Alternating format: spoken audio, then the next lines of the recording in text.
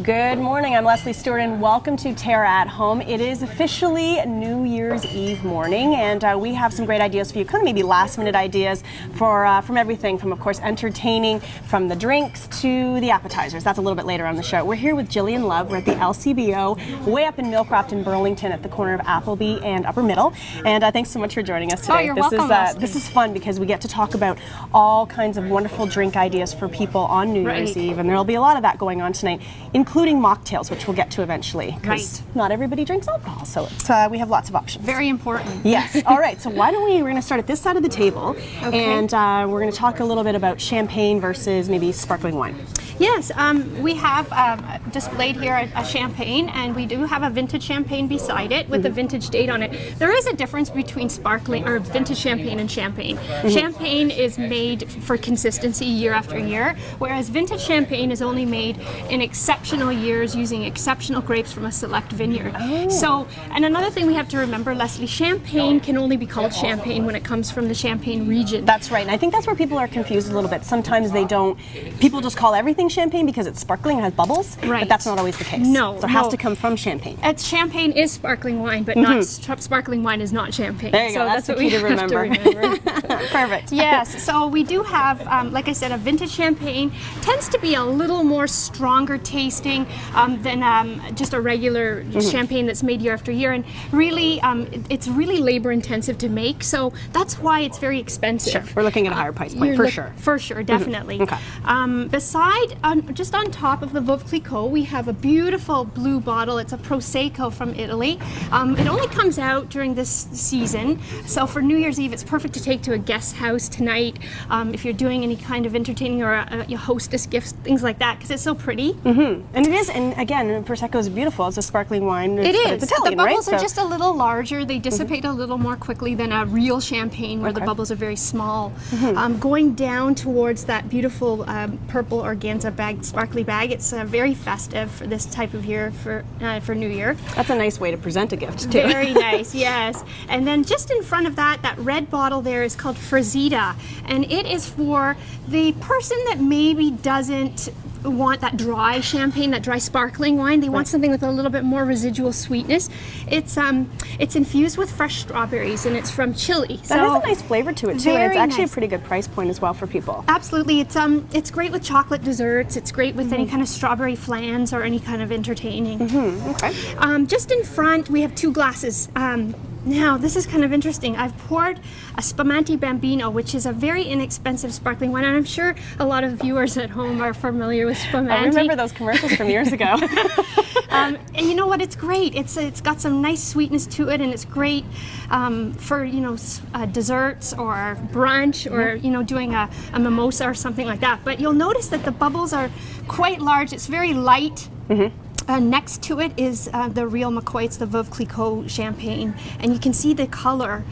Maybe the camera can get in a little closer to the color. That's a big difference in color, actually, between those two. Yes, it's a lot more biscuity color. Yes. It definitely has, the bubbles are just going and going and going in the glass, so really you get that big, nice mousse on your palate. It's also, champagne and sparkling wine, Leslie, great palate cleansers.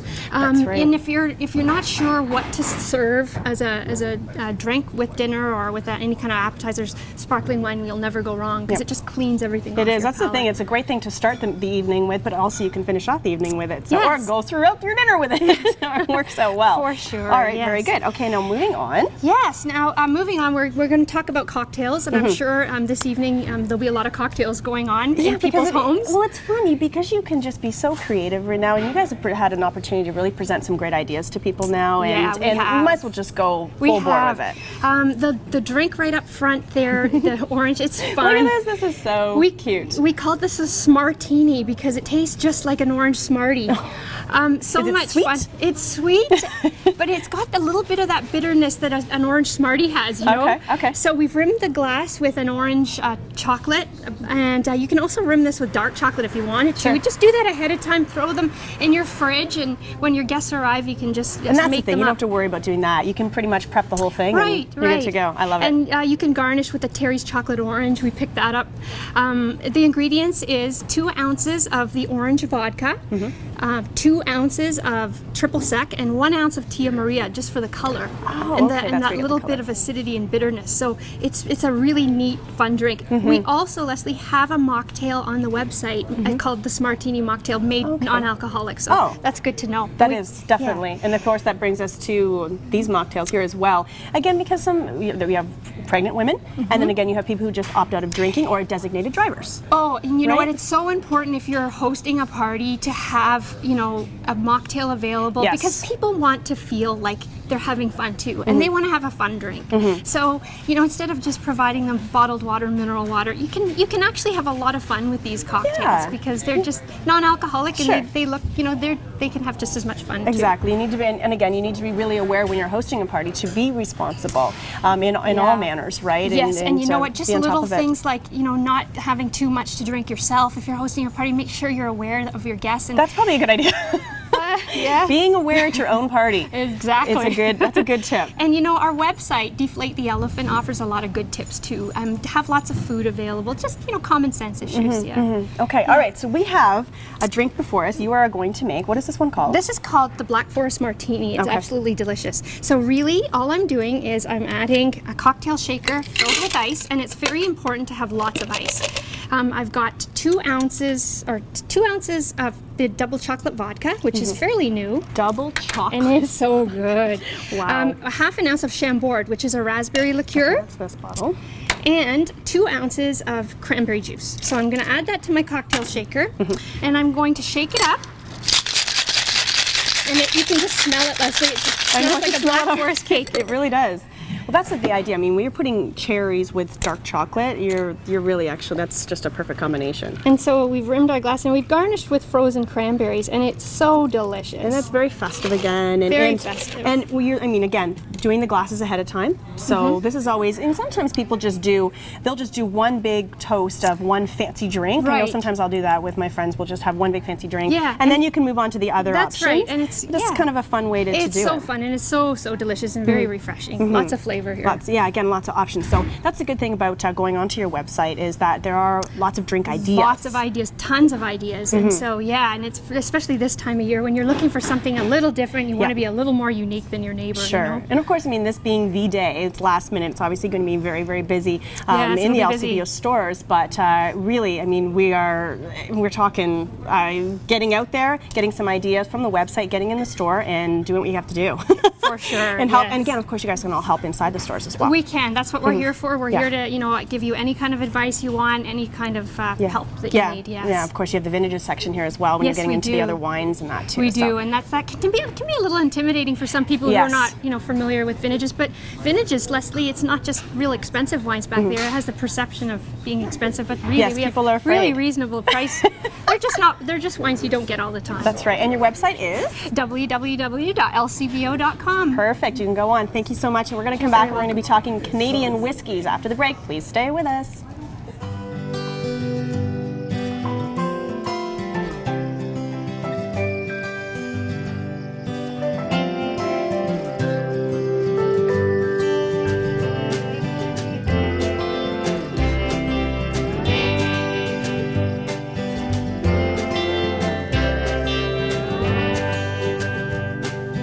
Come and explore the new Terra, where color lives. AM 900 CHML is giving you more news when you want it most. Non-stop news weekday mornings 5 till 9, weekday afternoons 3 to 6, with weather and traffic on the 9s. Hear about it first from AM 900 CHML, Hamilton's news talk leader.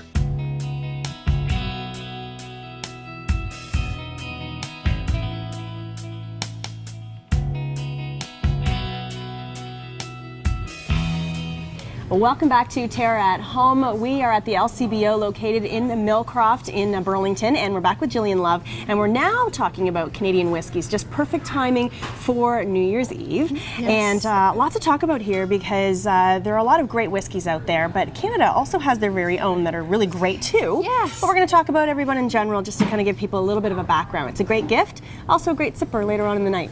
It sure is. Canadian whiskey is a little bit lighter than Scotch whiskey, Leslie, and it's a bit smoother than bourbon. So, you know, out of all the 4 types of whiskeys, you have Scotch whiskey, you have Canadian whiskey, you have Japanese whiskey, and you have Irish whiskey. Canadian whiskey, the laws of Canadian whiskey are they have to be aged in oak for a minimum of 3 years, and the grains have to be grown here in Canada. Now we have all different kinds of Canadian whiskeys, and we're starting to see whiskey makers making whiskeys that are aged in different forms of oak. So we see port barrels, we see bourbon barrels, we see sherry barrels, and they all have a different flavor profile. So that's definitely going to change the flavor immediately as soon as you change the aging process. Yes, it will, for sure. So we have our traditional Canadian club right in front of you. This is the great big Texas Mickey. That the average man would buy. That's right, the average man for the stag. So it's right here in Windsor, made in Hiram Walker, and it is 150 years old. Today, it's probably the most worldwide whiskey. I would think so. It's pretty classic, the most isn't successful. it? Wow, 150 years old. That's amazing. Yes, and so beside it, we have 40 Creek, which is right in our own backyard down in the Grimsby area, and that's a delicious whiskey made by whiskey maker John Hull, and he's very, very passionate about making sure that the multi-grains that he uses in his whiskey are very interesting and flavorful. That's the thing. He's doing very well with this, isn't he? He's really come a long way, and there are a lot of different flavor profiles because of that. Again, different price points for people. You can get pretty high now with some of the ones that he's producing. You can pay a lot of money for a bottle of whiskey, or you can get something very, very reasonable. He is now lately experimenting with oak again and doing different forms of oak aging, which is great to see. Sure. Crown Royal Black is aged in charred oak, Leslie, so it's going to be a bit stronger, a little bit more pungent. You're going to have more of that dark, heavier taste profile. We also have little minis that you can come in and do pick up little minis. And you know what? If you're not a whiskey drinker and you think that it has the perception of being a man's drink, or and there's a lot of women out there that are becoming more and more whiskey drinkers, and you can have them in a cocktail with some fruit juice or some cranberry. Absolutely. Yep. Can we talk about this, because this is the coolest? I mean, I have never seen anything. I've seen some interesting bottles, but this is of course so ultra Canadian by putting it in a skate. That is so fun, and it is so Canadian. It's perfect for the hockey fan, for sure. It really is. And as we go deep into hockey season here. It's the first year we've had that, and it's just been flying off the shelves. What a great gift. A really great gift. So that's pure Canadian whiskey. Okay. Let's move on to this one. Yeah, that's the white owl, and they named it white owl after the Canadian white owl. And the reason why it's white, it's the color of a vodka, but the flavor of a whiskey, and so that could throw people off a little bit. It can, because they think they're picking up a bottle of vodka. Sure. But what happens is they triple distill and charcoal filter, so they take all the color out of it, but it still has the flavor profile. Oh wow! So is it a heavy flavor, or is it light? It's a very light, very nice citrus fruit, really great drink for mixing. Yeah, that sounds like it would be a good mixer drink. Cocktail. Okay. Yes. All right. And moving over, we have rye, and I just wanted to touch on rye versus Canadian whiskey. A long time ago, we used to make whiskey with rye, so that's why Canadians call it rye. Yeah, that's right. You hear people of that crossover, that right? still call it rye. Yes, they do. But in fact, now they're turning towards more multi-grain, like wheat, corn, and grains like that. Perfect. And we should do a little ode to the Hamilton Tiger Cats here, of course. For you, Leslie. Because of course we know that again, Wiser's has been very much influential in partnership up with the CFL, and they put a little package together this year with two Tie Cat glasses and a Wiser's whiskey. How nice is that? That's pretty good. The Tie Cats made it to the finals. Come on, that's pretty good. Not quite there, but almost. All right, so you're going to make a drink for us. Yes. And again, some people don't know how to mix this stuff, so this gives us a bit of an idea. Well, the whole thing is, Leslie, just have ice, lots of clean ice. Don't use stale ice that's been in your fridge for a long time. Because you actually taste that in the drink immediately. And it makes a big difference if you have too little or too much ice. It really does. So this is a new Spice Box Canadian whiskey, which is full of lots of lovely spice flavors, like you've got nutmeg and cinnamon and clove. So it's really, really nice. And what I've done is I'm just going to mix 2 ounces of the Spice Box whiskey. Oops. I've got a ½ ounce of Goldschlager, which is a cinnamon schnapps sort of liqueur. Yes. It actually has 24-karat gold flakes in it, That's right. too. It has that floating around in the bottle. And then I've got some apple cider, so I'm going to mix that into my glass. Okay. It's like a snow globe. And I'm just going to mix it up. Okay.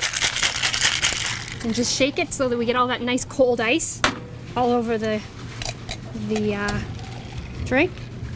And then we're going to strain it into a nice tall glass and garnish with a Macintosh apple wedge. And it's a lovely drink for somebody who likes that tart taste and that nice raisin and of Canadian whiskey. They like that nice. Get a little spice. flavor. And again, with a drink like this, as you were saying, you don't want to let it water down, right? Because it really does affect the flavor. It does. So you want to pour it and serve it. Pour and serve. Now you can also make up a pitcher or chill it ahead of time and then just throw it into a shaker. Okay, that's a good idea. And then you have because some people make their drinks ahead of time and put the ice, everything in the fridge, and then it just turns into really kind of nothing. Yeah, right? it's really important to have everything very fresh and ready to go and chilled down. The colder, the better.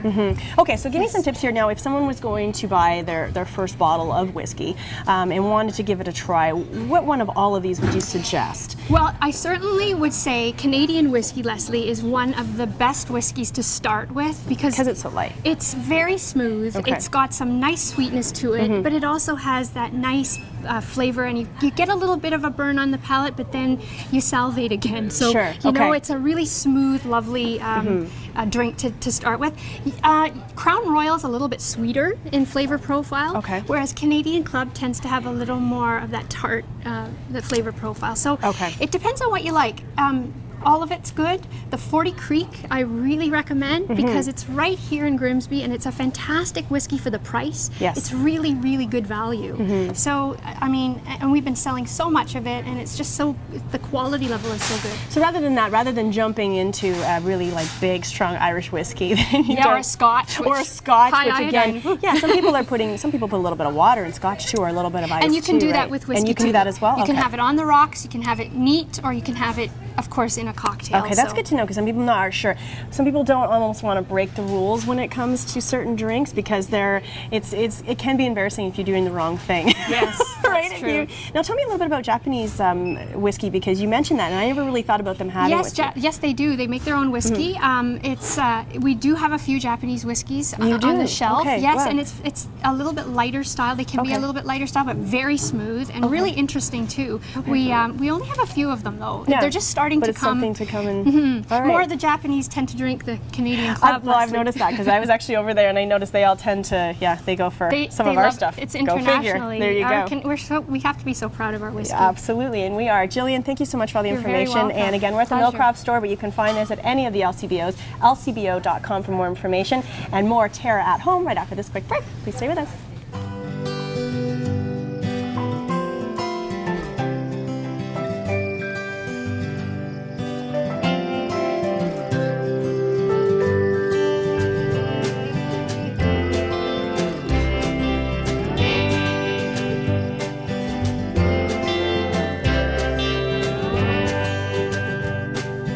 Come and explore the new Terra, where color lives. AM 900 CHML is giving you more news when you want it most. Non-stop news weekday mornings 5 till 9, weekday afternoons 3 to 6, with weather and traffic on the 9s. Hear about it first from AM 900 CHML, Hamilton's news talk leader.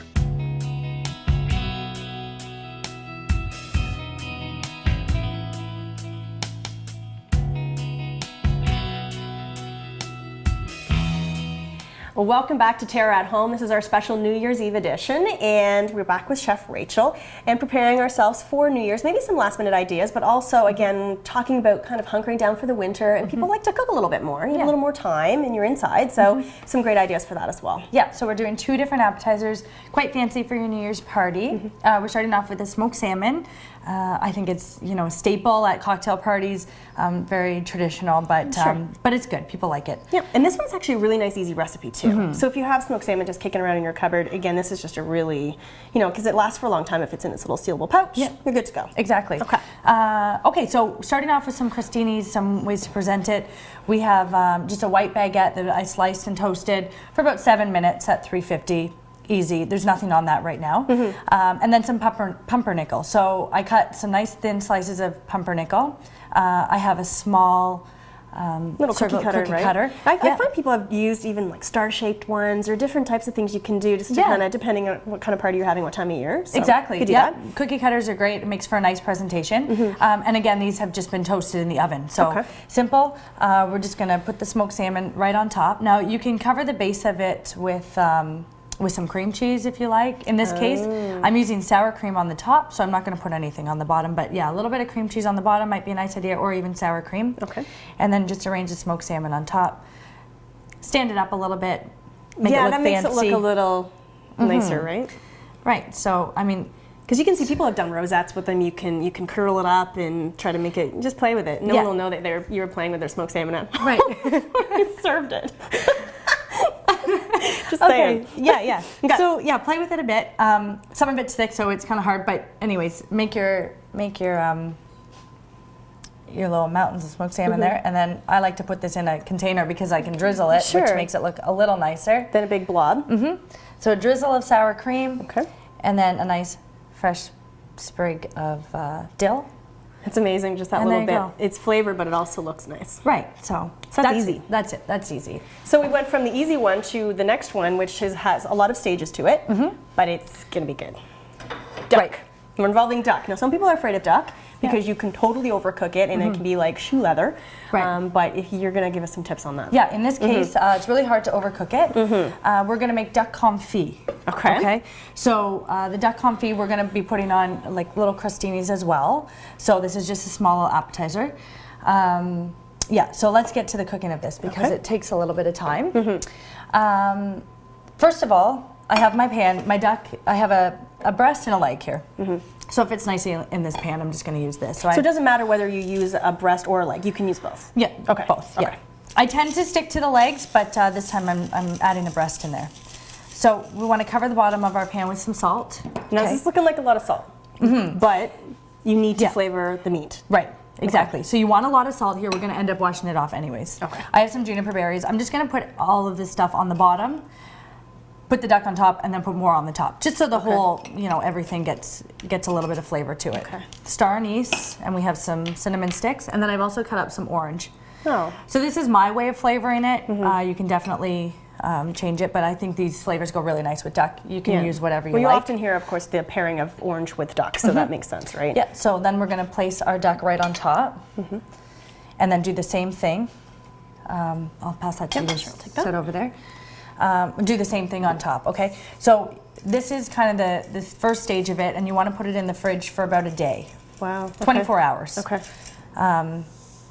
At So least. those flavors will somehow infuse the meat, even though it's just sitting. Even the orange, it'll pick up all of that. Yeah, it will. Very Okay. subtly, the orange and the other flavors. You will get the salt flavor, But more the salt coming than out. anything. Okay. But yeah, so this looks nice. I like this stage because I think it looks pretty. It does, yeah. With all the Now, do you cover it up with a wrap, like plastic wrap? yeah, a Okay. little bit of plastic wrap, and then in the fridge For a day. And so you can kind of forget about it. Okay. Okay. Very so, good. So that's the first stage. So that's it. Okay. Nice. Okay.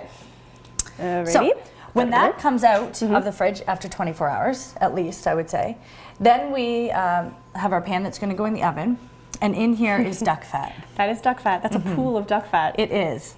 It is. This is a couple cups of duck fat. And you can now, duck fat's somehow gotten really popular now, so you can actually buy a tub of it, like you would buy lard or margarine or whatever. Exactly. Butter. So, Exactly. It's not extremely easy to find. Yeah. I usually go to specialty shops to get it. Sure. But yeah, so you want to melt the duck fat in the oven for a couple minutes so it's all melted, because obviously when you get it, it's going to be solid. Solid. Mm-hmm. The duck that comes out that wants to look like that, we want to wash it completely. Okay. So wash everything off of it, all the salt off, dry it nicely, and then So it it looks goes back in like here. that. Okay. Yeah, so if you could pass me the tongs again. Yeah. And I won't dirty up my hands.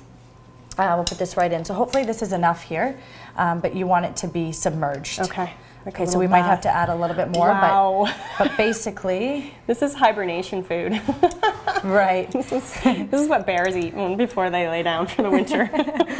Okay, so that's exactly, you want it to be covered so that just Okay. fits perfectly. And this is going to go in the oven at about 325, so a lower temperature, anywhere from 2 to 3 hours. Okay. Okay. So again, slow cooking is going to help the meat stay tender rather than fast and cooking it so it's really dry. Exactly. So hard to it'll chew. be quite tender when it comes out. The salt also helps in that stage as well. Okay. So when that comes out, we'll shred it up and we'll put it on our crostinis. Okay, and we'll talk about some other ways that you can present it. We're also going to put a sauce on top. Ooh. Okay. Very good. So we'll get that started. Okay.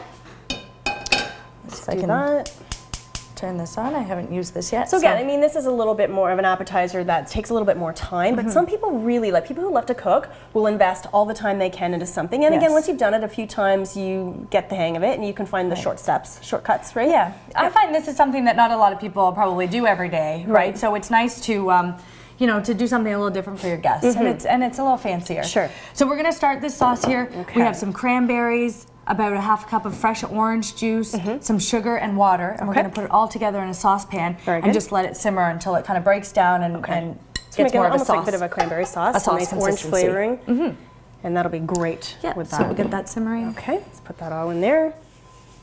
The sugar will help to break that down, okay? Oh, that's right, okay.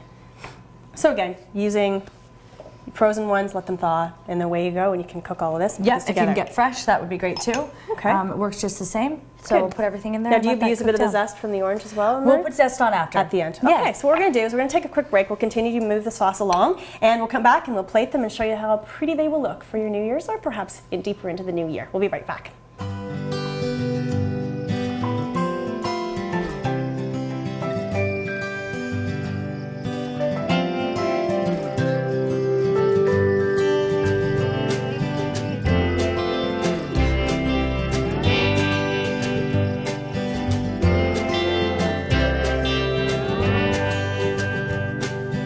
Come and explore the new Terra, where color lives.